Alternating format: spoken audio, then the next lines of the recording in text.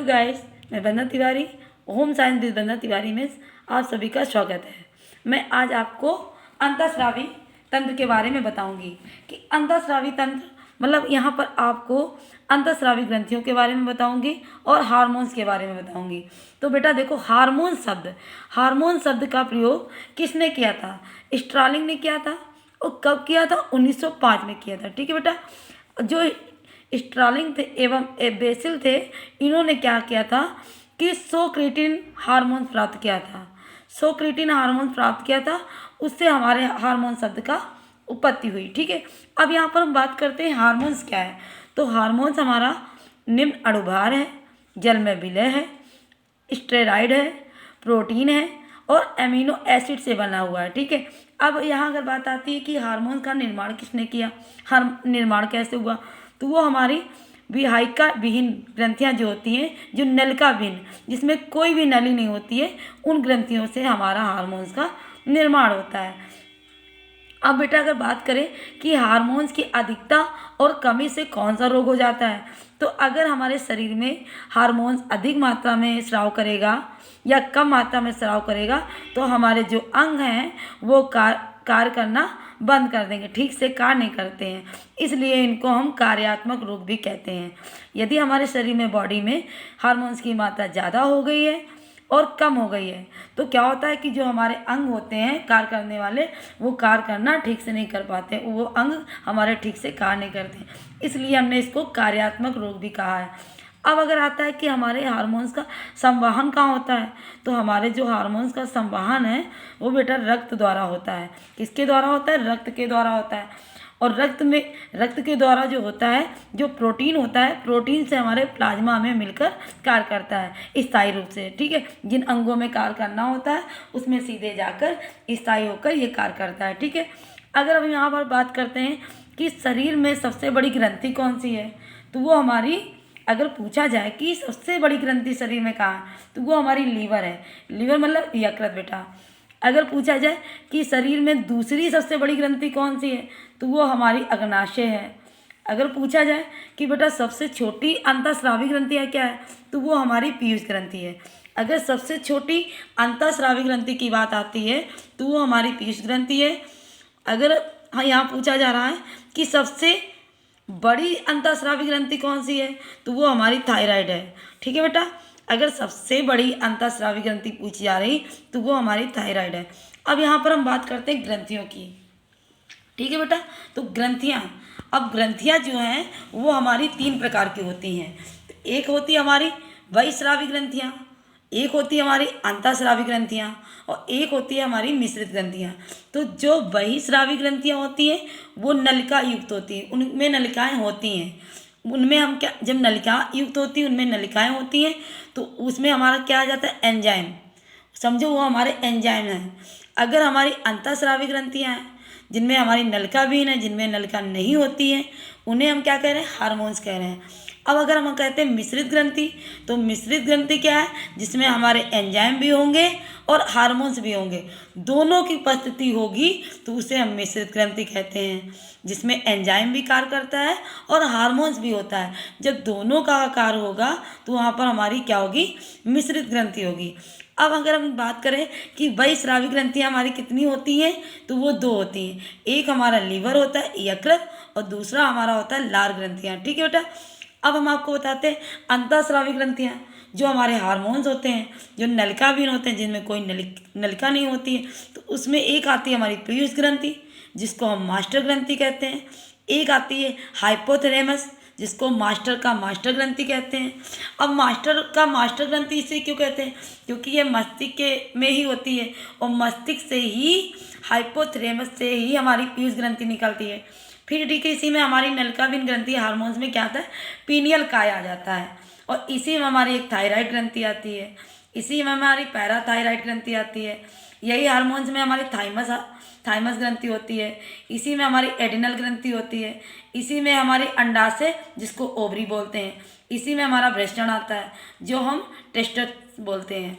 अब हमारी आती है मिश्रित ग्रंथि। तो जो मिश्रित ग्रंथि है उसमें हमारा अग्नाशय आ जाता है। जो अग्नाशय होता है उसमें हमारे एंजाइम भी होते हैं बेटा और हार्मोन्स भी होते हैं। तो आज हम तुम्हें क्या बता रहे हैं, पीयूष ग्रंथि के बारे में लेके चलते हैं। जो हमारी पीयूष ग्रंथि है ये सभी को पता है मस्तिष्क में होती है और ये शरीर की सबसे छोटी अंतःस्रावी ग्रंथि है। इसी को हम प्यूटरी ग्रंथि भी बोलते हैं। इसको हम क्या बोलते हैं बेटा, प्यूटरी ग्रंथि भी बोलते हैं। होते हैं इसमें 3 भाग हैं। मस्तिष्क में जो भाग होते हैं वो 3 होते हैं, लेकिन जो हमारा मध्य का भाग होता है वो हमारा हार्मोन स्रावित नहीं करता है। इसमें हमने 2 भाग बताए, जैसे ये देखिए अग्रपिंड और पचपिंड। तो जो हमारा अग्रपिंड है वो हमारे हार्मोन्स 4 प्रकार के दे रहा है और जो पचपिंड है वो हमारे 2 हार्मोन्स दे रहा है। और ये जो सारे हार्मोन्स हैं पीयूष ग्रंथि से निकलने वाले वो हमारे शरीर के लिए बहुत ही महत्वपूर्ण है। अब बेटा अग्रपिंड से हमारा एक निकलता है सोमैटोट्रोपिक हार्मोन्स, जिसको हम STH के नाम से भी जानते हैं। और इसी सोमैटोट्रोपिक हार्मोन्स को हम वृद्धि हार्मोन्स भी कहते हैं, जिसको ग्रोथ हार्मोन्स बोलते हैं। ठीक है। अब ये जो वृद्धि हार्मोन्स या सोमैटोट्रोपिक हार्मोन्स है इसकी अगर हम पूछे सोमैटोट्रोपिक हार्मोन्स की अगर हमारे शरीर में कमी हो जाएगी तो हमें कौन सा रोग हो जाता है, तो हमारा बौनापन हो जाता है। कि मतलब हमारे लोगों की क्या होती है, हमारे बच्चों की अगर ये हार्मोन्स की कमी हो रही तो हमारे शरीर की क्या होगी, लंबाई नहीं बढ़ेगी, वृद्धि नहीं होगी। वो व्यक्ति कैसा हो जाएगा, बौनापन हो जाएगा। यदि तो उसको हम नेवटिलिज्म भी बोलते हैं। यदि अगर पूछा जाए सोमैटोट्रोपिक हार्मोन्स हमारे शरीर में ज़्यादा स्राव कर रहा है तो क्या होता है, हमारा शरीर भीमकाय हो जाएगा। भीमकाय मतलब उम्र से अधिक हमारा भार ज़्यादा हो जाएगा। इसको एकोमेगली भी कहते हैं। फिर दूसरा हमारा आता है अग्रपिंड में प्रोलैक्टिन या लैक्टोट्रोपिक हार्मोन्स, जिसको हम PLH या LTH बोलते हैं। इसी को हम मेमोट्रोपिक हार्मोन्स भी बोलते हैं, जिसको MTH होता है। इसका कार्य क्या होता है, ये गर्भकाल में दूध का स्राव करता है और दूध के स्राव का निर्माण करता है। ये गर्भकाल में जो माताएं होती हैं गर्भकालीन में वो क्या करती हैं, दूध का स्राव इससे बनता है और दूध का निर्माण भी होता है। अब हमारा आता है इसी में अग्रपिंड में तीसरा जो होता है हमारा गोनेडोट्रोपिक हार्मोन्स, जिसको हम GTH के नाम से भी जानते हैं। इसका कार्य क्या होता है हमारे शरीर में, ये लिंग निर्धारण के लिए होता है। ये केवल क्या करता है, जनन अंगों के लिए होता है। जो हमारा प्रजनन तंत्र होता है, जो हमारा जनन अंग होता है, उसके लिए हमारा गोनेडोट्रोपिक हार्मोन्स काम आता है। इसमें क्या होता है, 2 हार्मोन्स बनते हैं। एक हमारा जो होता है एस्ट्रोजन, जो हमारे मादा में पाया जाता है स्त्री में, इसका कार्य क्या होता है, अंडे का निर्माण करना। और जो होता है एंड्रोजन, जो हमारे नर में पाया जाता है पुरुष में, इसका कार्य क्या होता है, शुक्राणु का निर्माण करना। इसी गोनेडोट्रोपिक हार्मोन्स में एक हार्मोन और होता है जिसको हम FSH बोलते हैं, जिसको फॉलिकल स्टिमुलेटरी हार्मोन्स बोलते हैं। ये जो अंडाशय गर्भाशय के लिए होता है। अब बेटा हम क्या करते हैं, ये आज जो आपको फिर आता है इसी का पचपिंड। पचपिंड जो होता है इसी में अग्रपिंड में हमारा बेटा 3 ये हो गए। एक हो गया हमारा सोमैटोट्रोपिक हार्मोन, जिसको STH बोलते हैं। इसी में हो गया प्रोलैक्टिन, जिसको हम लैक्टोट्रोपिक हार्मोन्स बोलते हैं। इसी में हमारा आता है गोनेडोट्रोपिक हार्मोन, जिसको GTS बोलते हैं। इसी का हमारा 4 आता है थायरोट्रोपिन हार्मोन।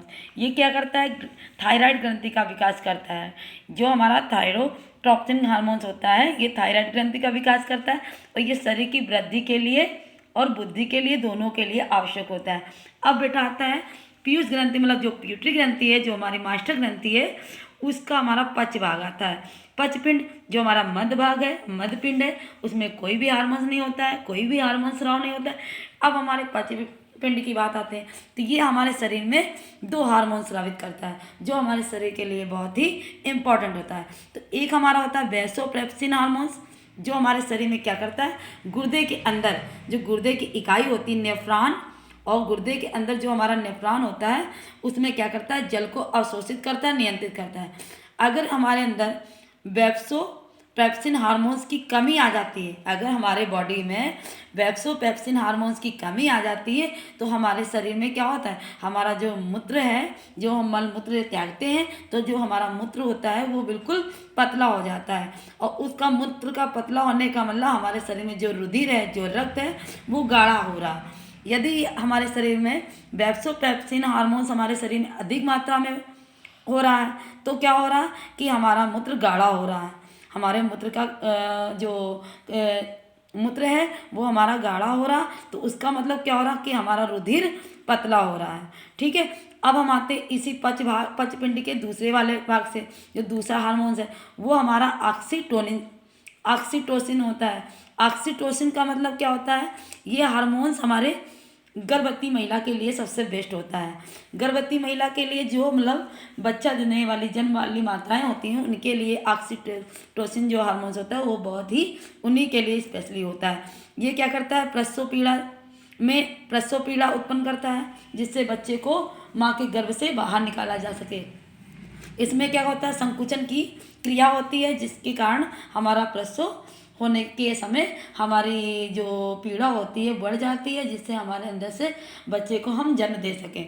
दूसरा ये क्या करता है, दूध स्राव भी करता है। दूध स्राव करने में भी ऑक्सीटोसिन हार्मोन काम करता है। ये दो, प्रसव पीड़ा और दूध स्राव दोनों में ये क्या करता है, संकुचन, जिसके कारण से संकुचन क्रिया करने के कारण से दबाव पड़ने से क्या होता है, हमारे शरीर से दूध का स्राव होता है। और संकुचन क्रिया के कारण ही हमारे शरीर से क्या होता है, प्रसव पीड़ा उत्पन्न होती है, जिसके कारण हमारे शरीर से बच्चे को हम जन्म देते हैं। ठीक है, अब क्या होता है, यही हार्मोन जो ऑक्सीटोसिन है और प्रोलैक्टिन हार्मोन्स है, ये दोनों मिलकर क्या करते हैं, दूध का स्राव और निर्माण करते हैं।